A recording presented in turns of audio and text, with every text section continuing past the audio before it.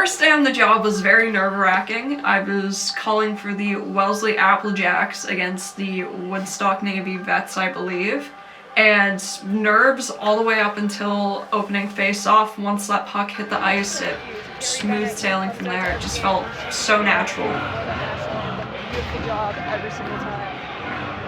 I got into commentating by seeing an ad posted on Facebook in the Junior C team's local Facebook page.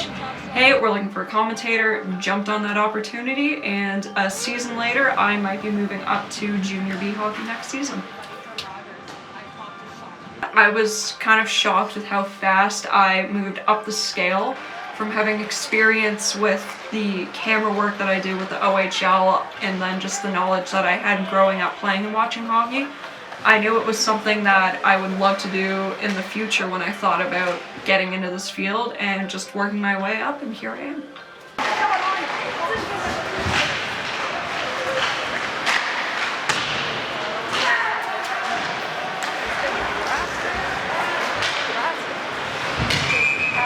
A lot goes into preparing for a game before I go on air. It's not only knowing names, stats, numbers of the home team, but every single team in the division.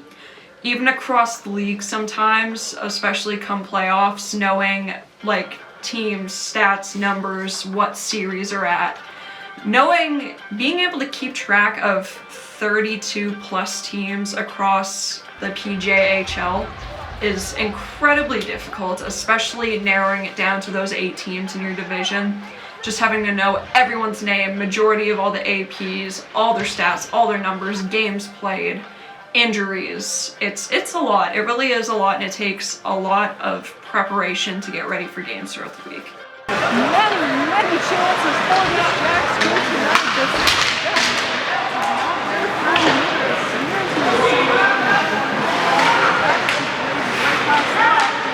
I started commentating for the Wellesley Apple Jacks back in September, and then I was eventually called up to Junior B to call a game for the Elmira Sugar Kings on Flow Hockey, which was already more exposure. Meanwhile, all this happening, some of the producers for the Guelph Storm know me quite well and know I was doing this, and I work quite closely with them on their TV crew for the Guelph Storm game productions. They came to me just near the end of the regular season and asked if I wanted to be the on-air TV host for them, because they knew I did commentating. They know I know the game quite well, and the Guelph Storm quite well, and the London Knights quite well, which is who they happen to be playing. So just seeing where I started in September and where I ended in the regular season for the OHL was absolutely insane to me. Record time in my opinion, but that for sure one of my most memorable moments from this season. Because it's free Brett.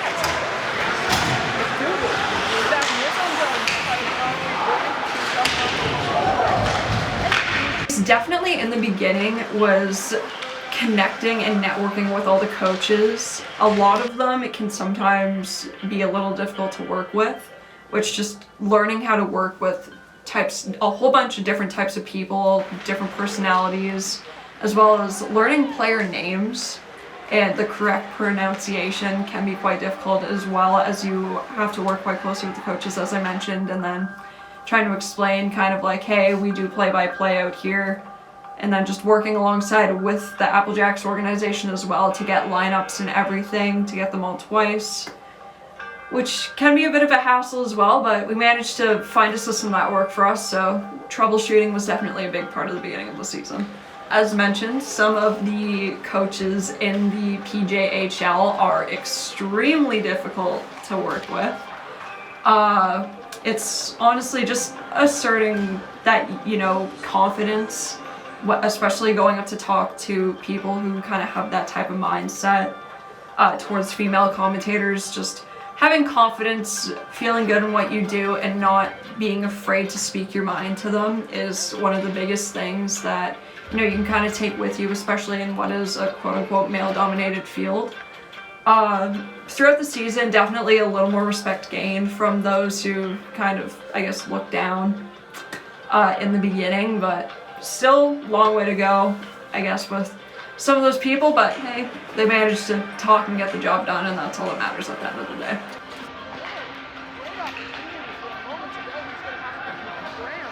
It's like asking a hockey player, hey, do you want to play in the NHL? Yes, I want to be in the NHL. Playing? No.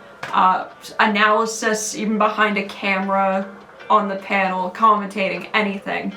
Happily will take that. TSN, Sportsnet, anything that might arise for me to hop on that opportunity. Gladly take it one step at a time. As I mentioned, this year I've covered 3 leagues already, Junior C all the way up to the OHL, so eyes on the AHL next, I presume.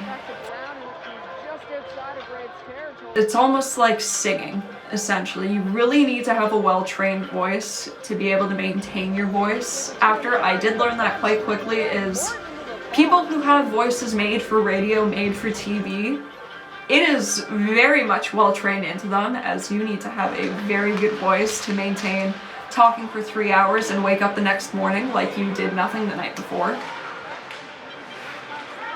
The amount of support that the community has provided for me since the very first day. I met a whole bunch of fans, a whole bunch of parents of some of the guys on the team. It's so incredibly supportive. And just being able to bring joy live, like how Chris Cuthbert and Mike Johnson bring that through the screen for Leaf games, just being able to bring that to people live and just the joy in their faces is really magical to see.